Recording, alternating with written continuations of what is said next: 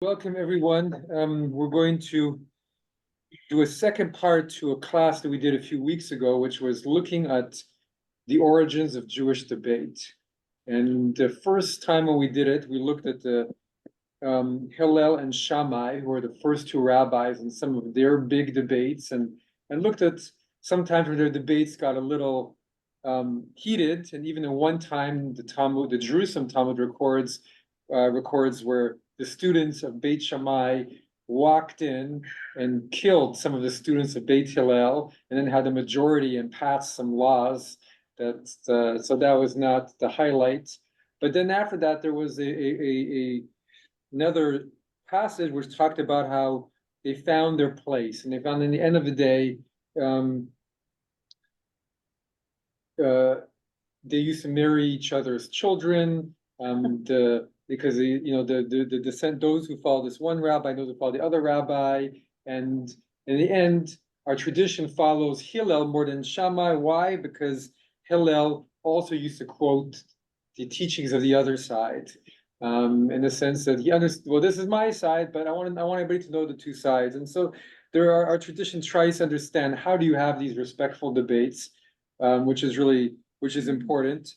But we also talked about what's the difference between the two, and I think that's where we're going to spend our time today, because these are the two poles of Jewish thought. What are they, and how do they continue to show in our Jewish life, in our Jewish world today? What's the difference between Hillel and Shammai?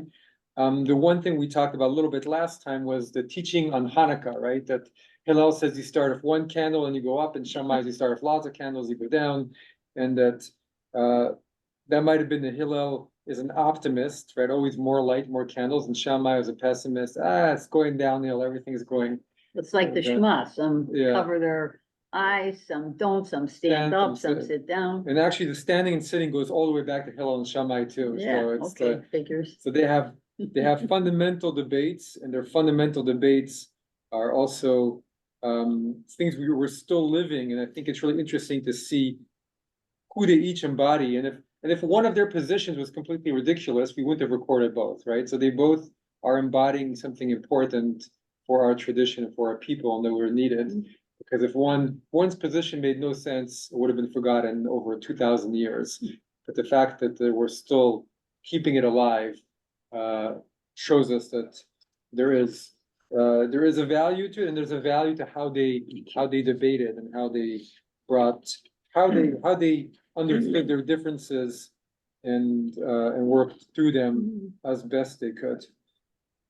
So we're going to look a little bit more at the Hillel and Shammai, and then later we're going to review some of their most epic debates that they had, the ones we haven't looked at yet.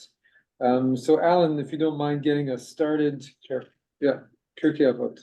Hillel and Shammai received the oral tradition from them. Hillel used to say, "Be of the disciples of Aaron, loving peace and pursuing peace, loving mankind and drawing them close to the Torah." Let's do the next two ones too. He also used to say, "One who makes his name great causes his name to be destroyed. One who does not add to his knowledge causes it to cease. One who does not study the Torah deserves death. One who makes unworthy use of the crown of learning shall pass away." One more. He also used to say, "If I am not for myself, who is for me? But if I am for my own self only, what am I? And if not now, when?" Okay, so let's stop. What do you get from this? What do you understand? My mother used to say that to me all the time. If I'm not for myself, who is for, constantly. I was brought up with that. What do you get from that? What is that? Is it independent, or It's for independent, and also for don't let anybody push you around, or, make sure what you're doing though is good, but also make sure that you just aren't a selfish person, that you reach out to others. both independence and also communally minded, that Right. kind of. What kind of person is Hillel? How would you, if you would put some of this together? Yeah, any adjectives to describe Hillel? From his teachings, Well, he's about peace, yeah, love people, right? A lot about loving people, right? In some Right. ways, he's very and people orientated. and learn the Torah. Yeah, a lot about learning the Torah is very important to him, right? The learning. Pretty humble, maybe, right? He tried to what makes his name great causes his name to be destroyed. That's coming from a great person. That's important, a deep teaching.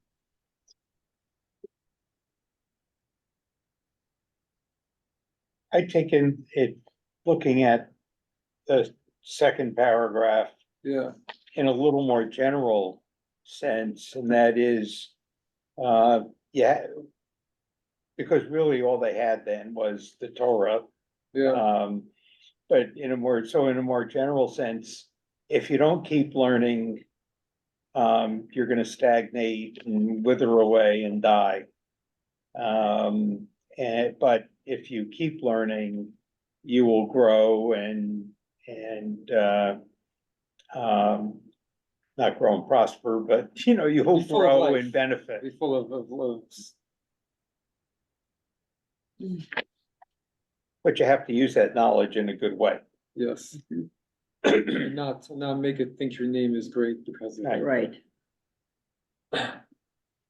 So the whole thing of loving peace, I don't know if you remember this story when we studied this 6 months ago, but the person came to his window and tried to disturb him and make noise and asked him ridiculous questions, and he didn't lose his patience. So you see that he also lived what he preached. He wasn't only preaching this, but he was a very patient, peace-loving person. Anybody else from these teachings, any thoughts about who Hillel is as a person? I personally feel there's a subtlety to him, and he's not, the fact that he's both, if I'm not for myself, who is for me, but if I am for my own self, what am I? If not now, when he's not like this is who I am. He seems to have a different sides to him. Somehow I get that from that teaching. It's a pretty wise one. Okay, let's move forward. Maybe we'll see more, unless anybody else has anything else. Let's look at Shammai. There's not as much Shammai around as Hillel, but Alan, if you don't mind reading this. One, Sure. 2 sentences. Yeah, He also used to say, oh no, sorry, Shammai used to say, make your study of the Torah a fixed practice. Speak little but do much, and receive all men with a pleasant countenance. Rabbi Abba said that Shmuel said, for 3 years, Beit Shammai and Beit Hillel disagreed. These said, the halacha is in accordance with our opinion. And these said, the halacha is in accordance with our opinion. Ultimately, a divine voice emerged and proclaimed, both these and those are the words of the living God. However, the halacha is in accordance with the opinion of Beit Hillel. The Gemara asks, since both these and those are the words of the living God, why were Beit Hillel privileged to have the halacha established in accordance with their opinion? The reason is that they were agreeable and forbearing, showing restraint when affronted. And when they taught the halacha, they would teach both their own statements and the statements of Beit Shammai. Moreover, when they formulated their teachings and cited a dispute, they prioritized the statements of Beit Shammai to their own statements, in deference to Beit Shammai. so I wanted to bring that early on in the class, just so that we, to open up the idea that not only did these two rabbis debate, but we talked last time, what's Beit? Beit means a house. So they're schools, they're the schools of their descendants, and somehow their schools kept up their methodology. And so we talked about, right, Hillel says, one who makes his name great causes his name to be destroyed. So we see that humility and that wanting to be love peace extended in this teaching, right? His descendants also had some of that attitude. And you know, Beit Shammai, I don't know, anybody get anything from those two lines about Shammai? Make your study of a Torah fixed practice, speak little but do much. He's a bit, maybe more of a strong, silent type, a lot less of a people person. Hillel is someone who's always reaching out to people and schmoozing and trying. And Shammai, you know, he's still a good person, right? I think sometimes Shammai gets a bad name. Maybe But, they you both know, do the same thing, they have different ways of doing it. exactly, different kinds of people. I also Yeah. might posit, what that says to me is, people can say a lot of things about, beliefs and thoughts and all that other sort of stuff, but it's really when you put it into practice that it has meaning. And that's what I get from that statement. Well, it's actually interesting, right? Because he says, speak little but do much, and we have a lot more speaking from Hillel and Pirkei Avot than we do Shammai. So it's actually put into practice within our teachings, where Shammai didn't do all that much speaking. He did more action. He believed what he believed. Okay. So a sense of, 3 years they disagreed with each other, right? I think it's telling us how epic their disagreements were between these two schools, these ancient schools. And I'm sure in the Greek world, and there's some parallels to schools having these disagreements. And the Jewish version of this changes a bit. It becomes more the Beit Midrash, and there are different styles of study and different Beit Midrashim, different rabbis who have competing, and they're even in the Hasidic world, you have some Hasidic dynasties that have opposite ways of looking at things as other Hasidic dynasties, and sometimes their people fight each other. I mean, in the old country, there used to be epic battles between Hasidic courts where the young people would come and fight each other, so there's does get taken up. They're like the Hatfields and the McCoys. Exactly. Yeah, but there's a universalism to Hillel's point of view, Exactly. right? The things that he said have been widely quoted, not just within Judaism, but in the Christian world as well. And the whole idea behind Hillel does seem to favor more peace and love, and I can see why Christianity embraced that, right? And I don't see that in Shammai. I see Shammai is by the book, by the letter, strict constriction, right? A strict interpretation rather than this more broad and loving and all embracing interpretation. Do you have an example of some halakhic principle where these guys took different sides so we can see how it works in action? Yeah, we're going to see this. Yeah, let's do it. Let's turn the page. And actually, some people, I've heard people say that Jesus and Hillel had a lot of commonalities between them in their teachings, or that Hillel preceded Jesus, but that maybe Jesus was a rabbi of the house of Hillel, or had some of those teachings.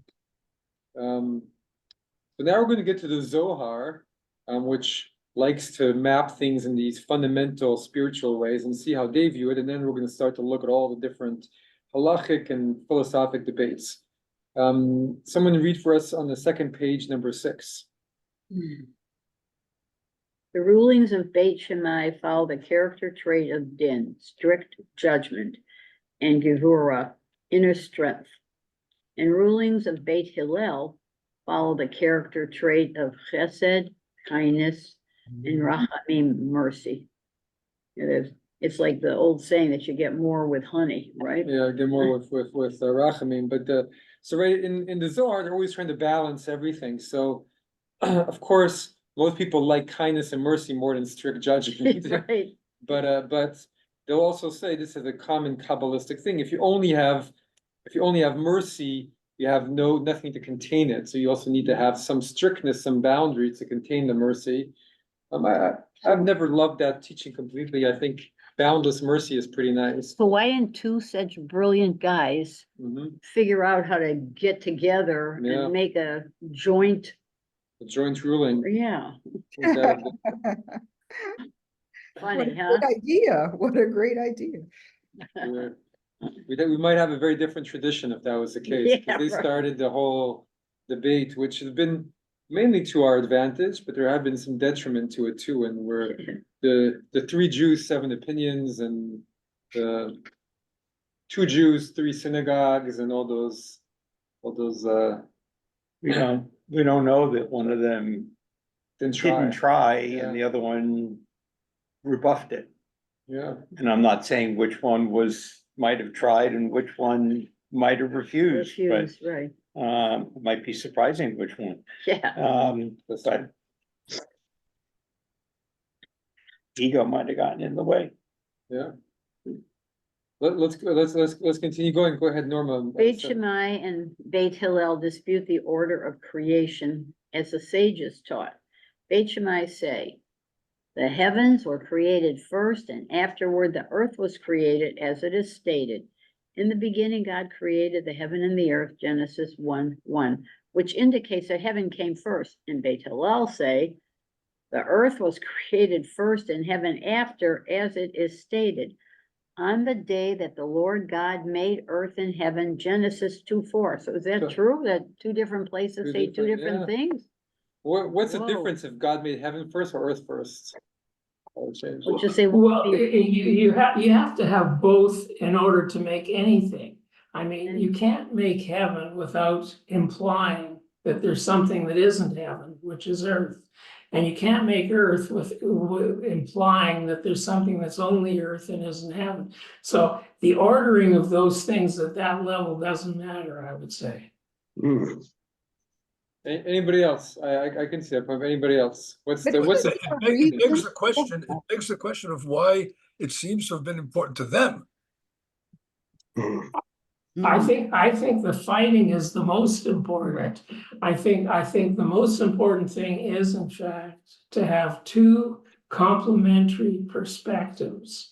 And everybody's pushing their own perspectives. And what they hope for, if they really organize their fighting properly and they don't kill each other, they don't scream at each other, they're very respectful of each other. Each time one of them says something, the other takes the position of that, and from that position says something back to the other. What happens is you get to a magical center at a certain point.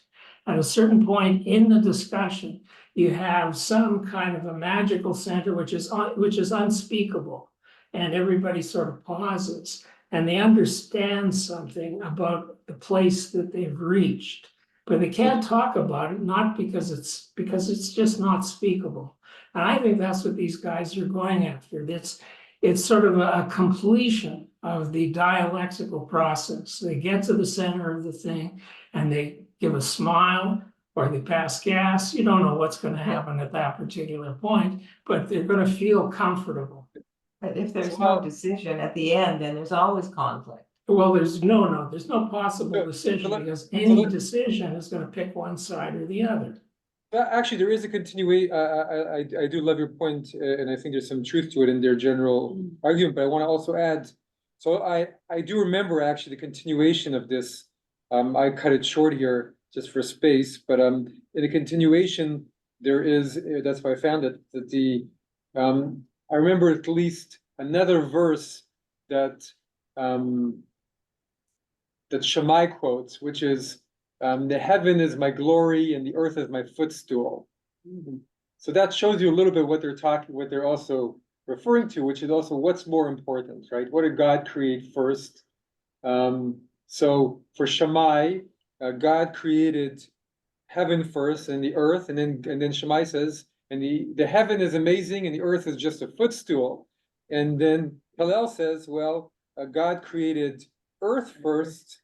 Hillel says God created earth first. And then the heaven, there's another verse, which I forget at this moment, is kind of like heaven is just like the attic on top. So there's a sense of, what's most important, right? Where are you focused? That's also part of this argument. If you think Earth was created first, and Earth's the most important, and so Hillel is saying is what happens in this world is the most important.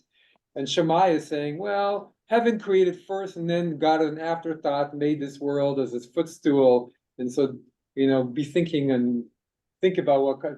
Does that make sense? Or Well, do you think heaven and earth were created in time so there in fact is an ordering principle? I mean, it's possible if I were God, heaven forbid, but if I were God, I would obviously create both of these things simultaneously at exactly the same time. I mean, that makes the most sense at that level, that both these things are created at the same time, because time and space don't exist before these things are created.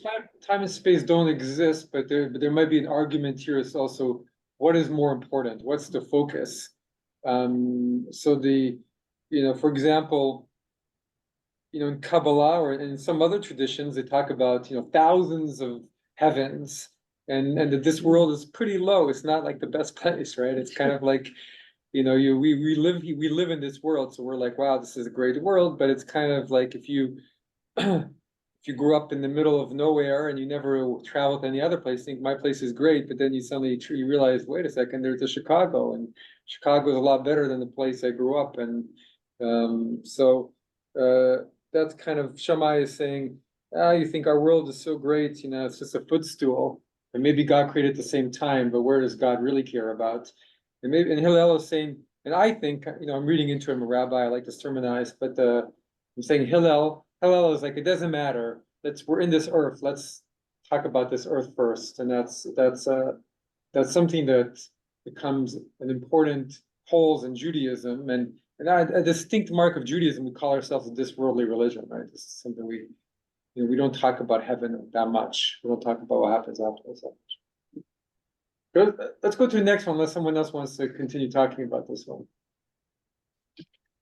There was another incident involving one Gentile who came before Shammai and said to Shammai, "Convert me on condition that you teach me the entire Torah while I am standing on one foot." Shammai pushed him away with a builder's cubit in his hand.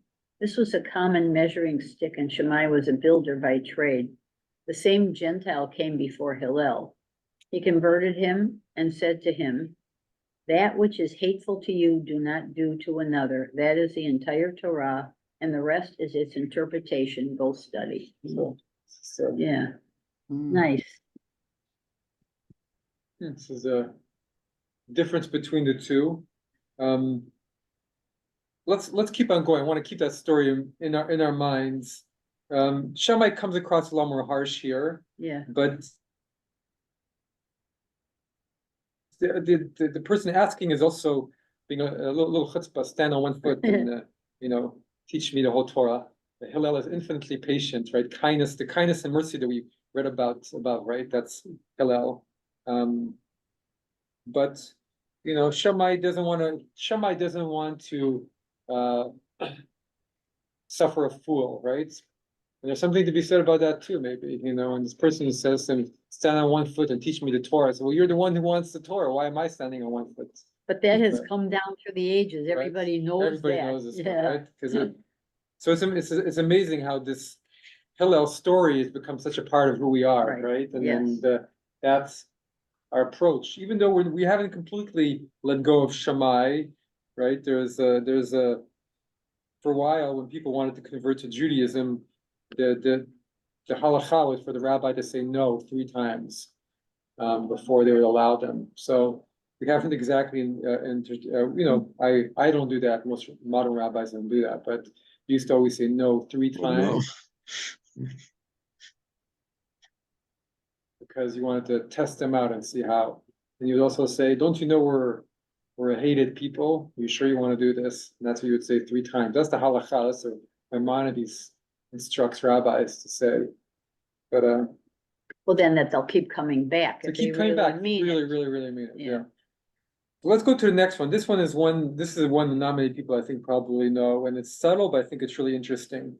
Go ahead. It's taught in a Bereta. They said about Shammai the elder that all his days he would eat in honor of Shabbat. How so? If he found a choice animal, he would say, "This is for Shabbat." If he subsequently found another one choicer than it, he would set aside the second for Shabbat and eat the first.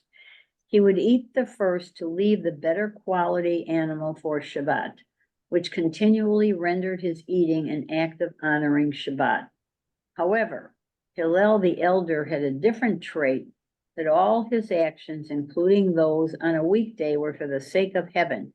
As it is stated, "Blessed be the Lord, day by day, he bears our burden, our God who is our salvation, Selah." Psalm 68:20, meaning that God gives a blessing for each and every day. That is also taught in a Bereda in more general terms. Beit Shammai say, from the first day of the week, Sunday, start preparing already for your Shabbat, and Beit Hillel say, "Blessed be the Lord day by day." And let's read the next source, which is this is a modern book of halacha by a guy who I dislike much of what he says, but he wrote one of the greatest compendiums of modern halacha called Panine. According to halakhic authorities, even Hillel agreed that for most people it is preferable to eat like Shammai and designate the best food for Shabbat. However, Hillel's trust in God was exceptional, so he was certain that God would provide him with better food for Shabbat. One who does not possess this degree of faith must follow Shammai and honor Shabbat by designating the best food for Shabbat. So the difference between them is that Shammai was always thinking about Shabbat, and if Hillel found, because it wasn't like he has another paragraph I didn't include here, Pnei Halacha, that says this doesn't work in our day. So we have a supermarket, and whatever day you go to the supermarket, you're going to find something good, right? It's not that different on Monday or Thursday, a little bit, right? Or maybe the market, but in those days, if you found something on one day, you didn't know if you'd find something better 3-4 days later. So if you found it earlier in the week, so I'm going to save this for Shabbos, and then but if you found a better one, but Hillel would just eat it, and he'd say, I'll find something good. I trust God will provide for me. Maybe he believed more that God would provide than Shammai. Yeah, it was. Yes. Well, it may have something to do with the way these guys experience the divine. One of them able to experience the divine coming through to him every day, and the other, there's an ordering function with respect to that. He gets small spigots of it on a regular day, and then he gets the full blast, say, on the Sabbath. Now, my cousin who went through some terrible problems and had 2 legs amputated and still likes to go out and play golf said every day is a blessing. Exactly. So why do wait until Saturday? Right. Sun comes up every day. I consider it a blessing. Mhm. And it works well with the other designations of Hillel as saying this world is important and the heaven is not is just the attic, and some of the other Hillel positions. Who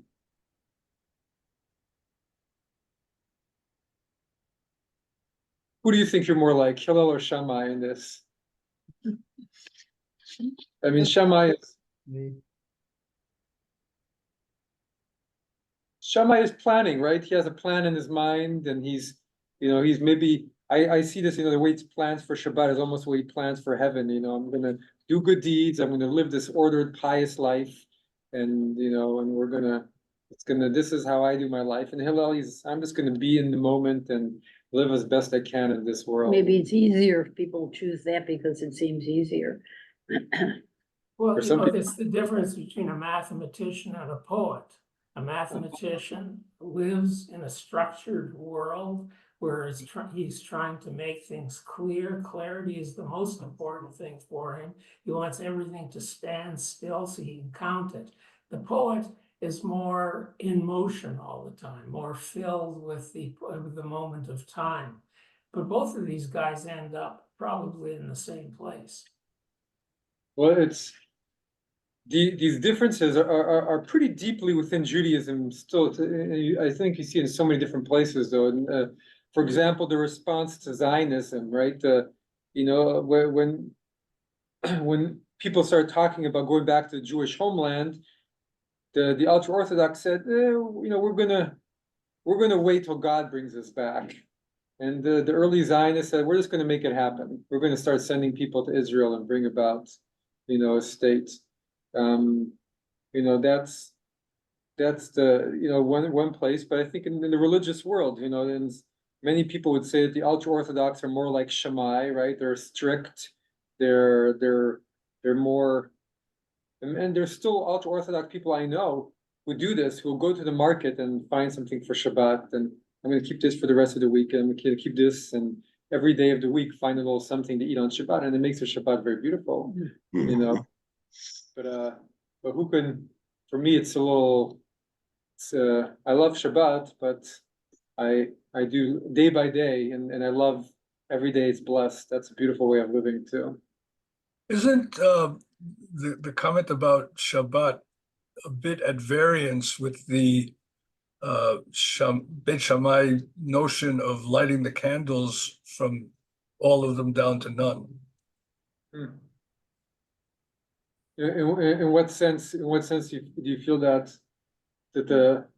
Could you please say more? Well, I think that the view regarding Shabbat is, generally speaking, what you call maybe an optimistic one. It's looking for things to get better as the week goes on, where, as you mentioned earlier, lighting 8 candles and going down to 1 is a pessimistic view.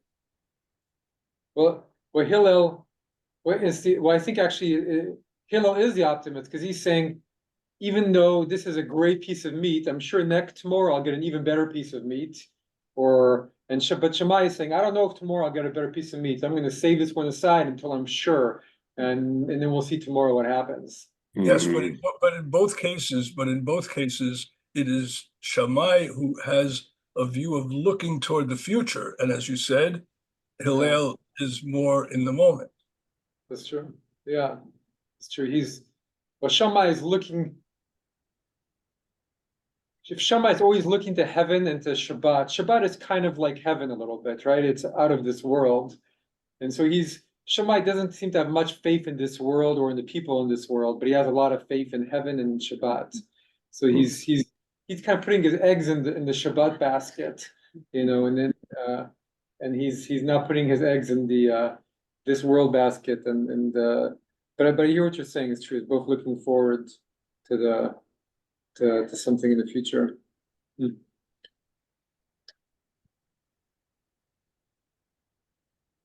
Let's go to the next one, Mishnah Bracha. This is the one that the halachic difference that we still in our congregation live to this day. Go ahead. You want to do this one too, Norma? Beit Shammai and Beit Hillel disputed the proper way to recite Shema. Beit Shammai say, one should recite Shema in the manner indicated in the text of Shema itself.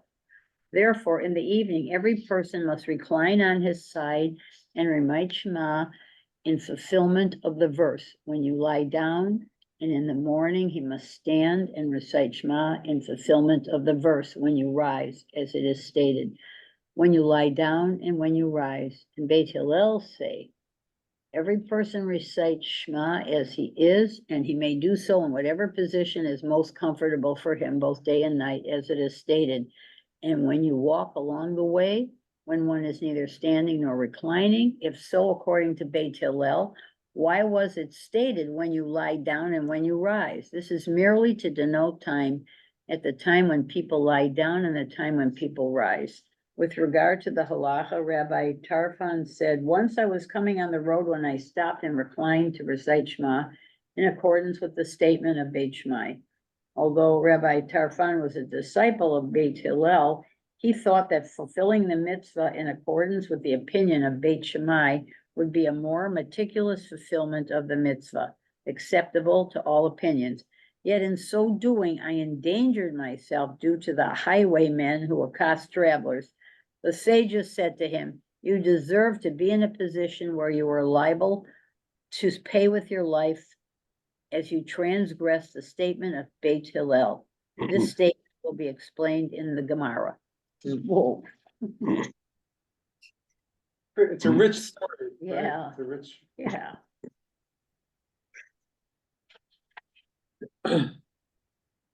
So Shammai is a more literalist, right? He's looking at the Shema, and the Shema itself says, when you lie down, when you rise up.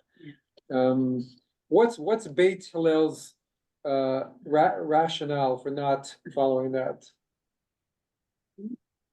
Or reason? What do you think his reason is? Why is he not going like Beit Shammai?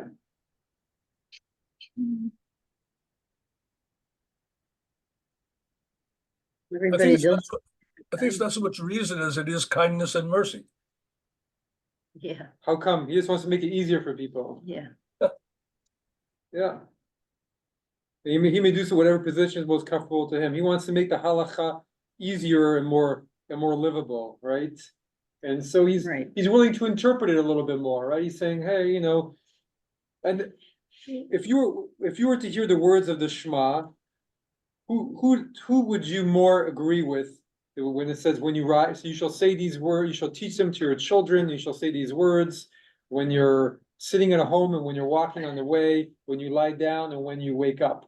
Do you think it's referring specifically to when you're lying down and waking up, or do you think it's referring to times of day, like Hillel is saying? Would you agree with more just in the interpretation of the verses from the Torah itself? Well, you're thinking there's more than just lying down. Instead, we can stand up if you're walking by the way, teaching your children. It's a continuum during the day to me, and I've always understood it that way when I've read it in It's a metaphor. all It's not these literal. 70 some odd years. Very nice. It's an idiom. It's not literal. Anybody else look at it a little bit differently? Well, it's both literal and a metaphor. I mean, it's not one or the other, it's actually both. You can't have a metaphor without having the literal meaning standing there. And then what happens is through usage, etc., we metaphorize and we say, oh, that not only means that, but it also means this. So you have to have both. So I think they're both right. I mean, It seems, Go ahead. yeah, it seems to me that I had a little problem with the computer, so I don't have the text right in front of me.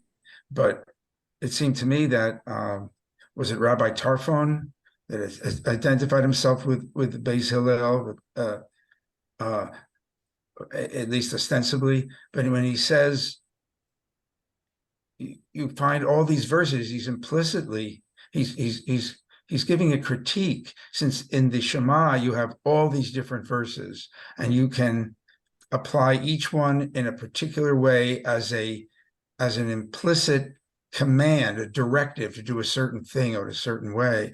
Or you can take them all together and say you walk along the way, you lie down, you do these various things, and that's the way life is. But this is not necessarily the historical character, but whatever he may have said. But at some point it says it's just in the Mishnah that the sages said you deserve death for taking this view, and the highwaymen will get you so as to punish you for your laxity.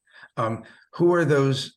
Do we know who is being referred to? Who are those sages? Because they are coming down like a ton of bricks on a man who is simply saying that you have all these verses and we shouldn't drive ourselves crazy because they provide us with an insight into the different aspects of our ordinary life.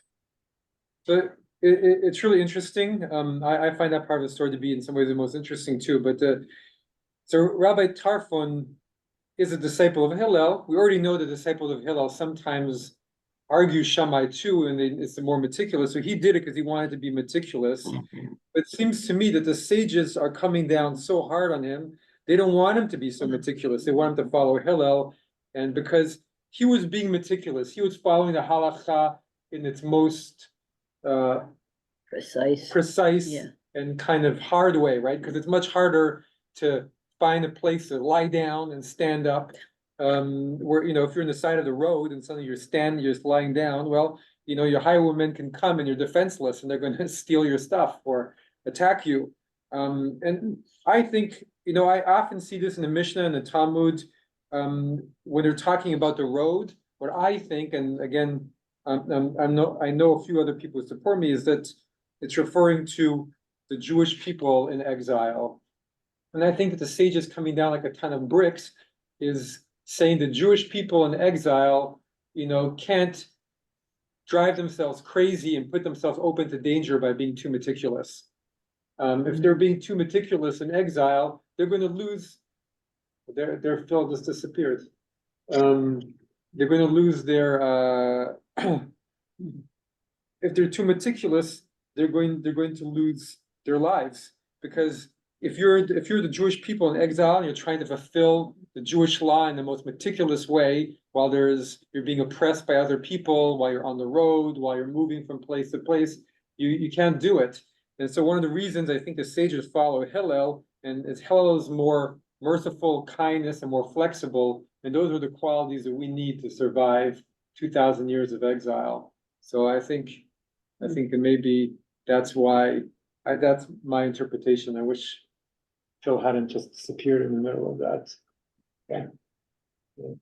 So Rabbi, where was it said you will live by the law and not die by the law? Is that Talmud?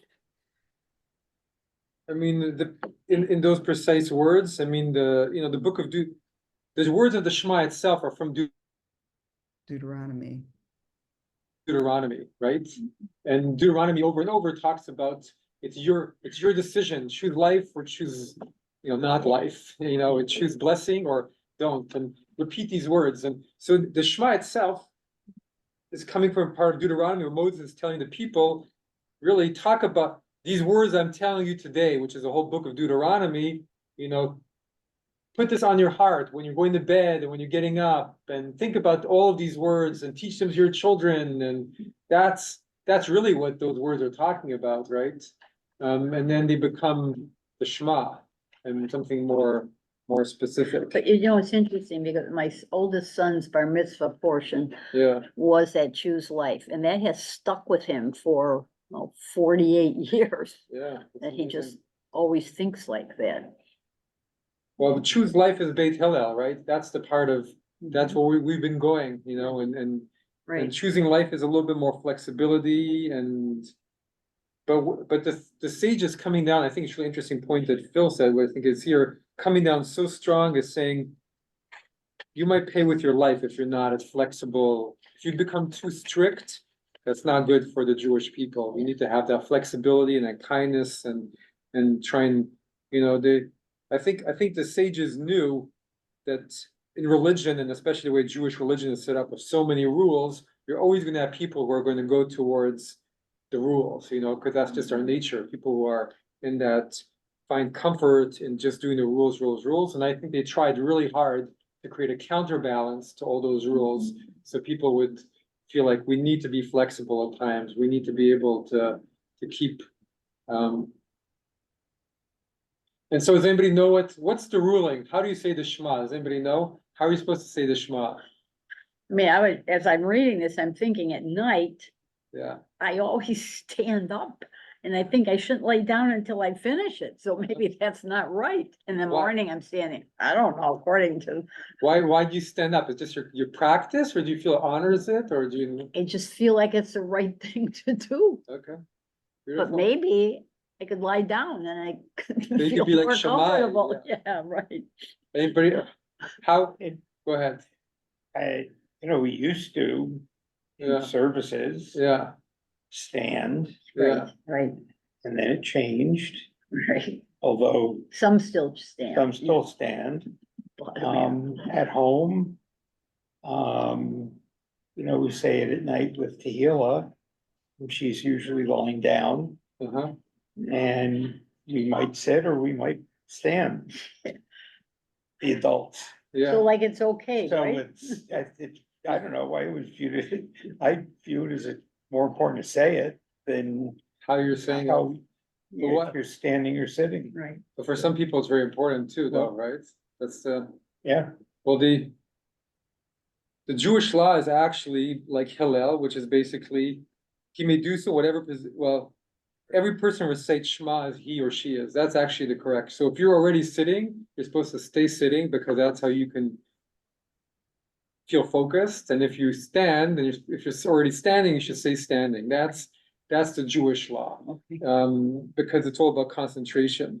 And so if you're already standing, you stand. If you sit down, then you sit down, because it's easier to stay. And the thinking was, if you change your position, then you lose your concentration, and you're suddenly in a different mode. And what's most important is that. But in recent times, and in Reform congregations, it became the practice to rise, to show honor to the Shema. So that's what people did in Reform, and it came into some conservative too. You stand to honor the Shema. But I like to think like Beit Hillel, whatever position is most comfortable, that's what you should do. That's what works. And what I do is I try and follow whatever I'm in. If I'm standing, because I'm leading the service, I'll do it standing. If I'm sitting, then that's where I do it, and try and stay. But we see how people get attached to what you do, right? That's part of this. And part of Rabbi Hillel's position through all of it is, don't get too attached, like what's comfortable, what's meaningful to people, what's kind and merciful.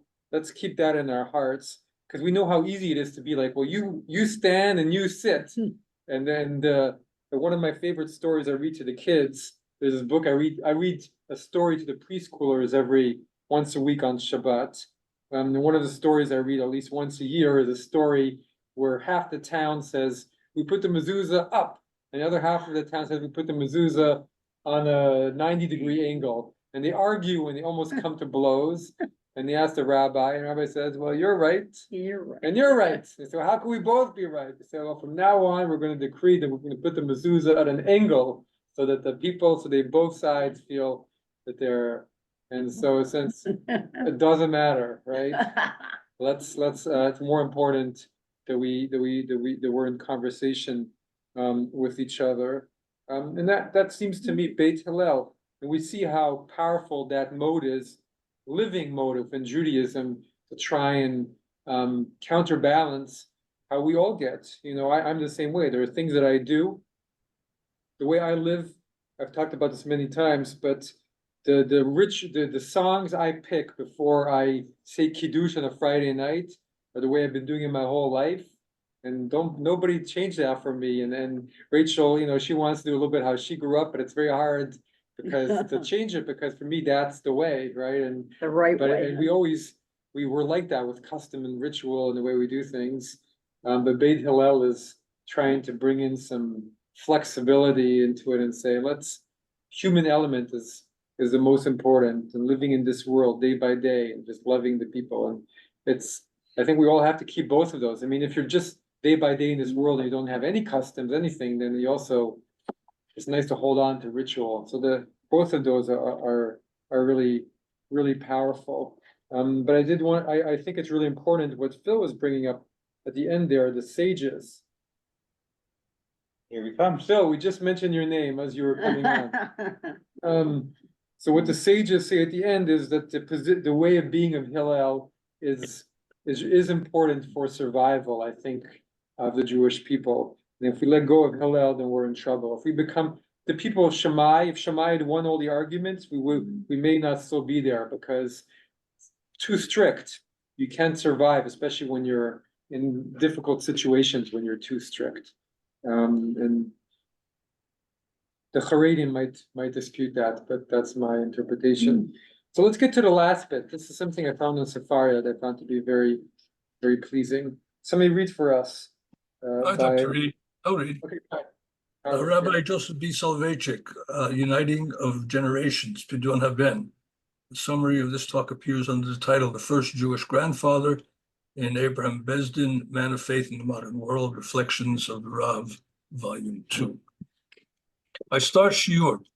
I don't know what the conclusion will be. When I start the shiur, the door opens and another old man walks in and sits down. He's older than I am. He's the grandfather of the Rav. His name is Rav Chaim Brisker, without whom you cannot learn nowadays. The door opens quietly again, and another old man walks in. He's older than Rav Chaim. He lived in the 17th century. What's his name? Shabbosai Cohen.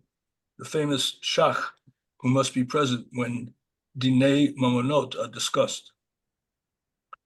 More visitors show up, some from 11th, 12th, 13th centuries, some from antiquity. Rabbi Akiva, Rashi, Rabbeinu Tam, the Ravad, the Rashba, more and more come in. What do? I introduce them to my pupils and the dialogue commences. The Rambam says something and the Ravad disagrees. Sometimes it's very nasty. The Ravad uses very sharp language. A boy jumps up to defend the Rambam against the Ravad, and the boy is fresh. You know how young boys are. He uses improper language, so I correct him. Another boy jumps up with a new idea. The Rashba smiles gently. I try to analyze what the young boy meant. Another boy intervenes. We call upon Rabbeinu Tam to express his opinion, and suddenly a symposium of generations comes into existence. Generations, young boys, 22 or 23, and my generation, the generation of Rav Chaim Brisker, of the Shach, of Rabbeinu Tam, Rav Chai Gaon, Rabbi Akiva, Rabbi Elazar, and Yochanan ben Zakkai. We all speak one language. We all chat. We all laugh. We all enjoy the company. We all pursue one goal. We're all committed to a common vision, and we all operate with the same categories. This is the Masorah, collegiality, friendship, comity between old and young, between antiquity and the Middle Ages and modern times. This unity of generations, this march of centuries, this conversation of generations, this dialogue between antiquity and present will finally bring the redemption of the Jew. Hello. Beautiful, beautiful passage, right? Yeah. Mhm. Well, the opinion of Ben, isn't that when for the firstborn? It is. Yeah. Yeah. It's in the context of that somehow. Yeah.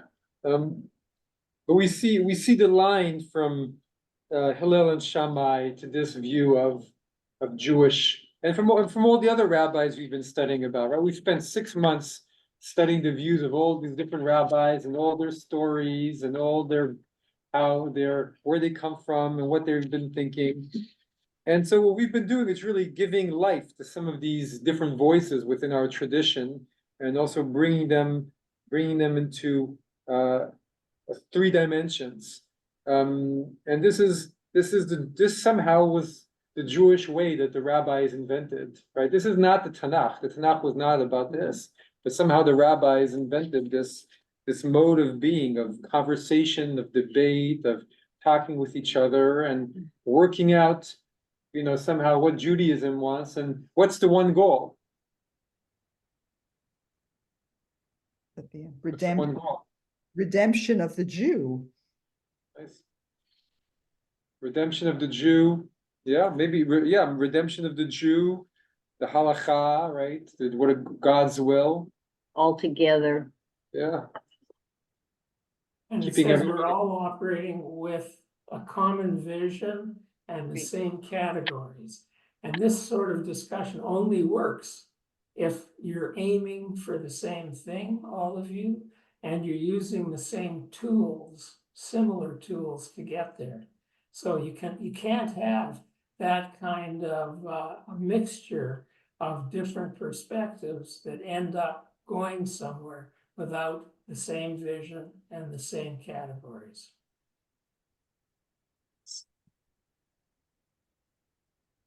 Well, I think this is the vision of the rabbis, and the Hillel and Shammai were really ended up being very balanced, even though we followed Hillel in so many ways, and for the survival of the Jewish people, I think we had to follow him more. But we've always had both voices. We preserved those and 5,000 other voices, and we carry them with us. And it makes being Jewish very complicated because you carry all those voices at once. It makes you a little schizophrenic, but it also it means you have a lot of breadth for different customs and different ways, and for conversation, and the challenge is also learning to speak that one language.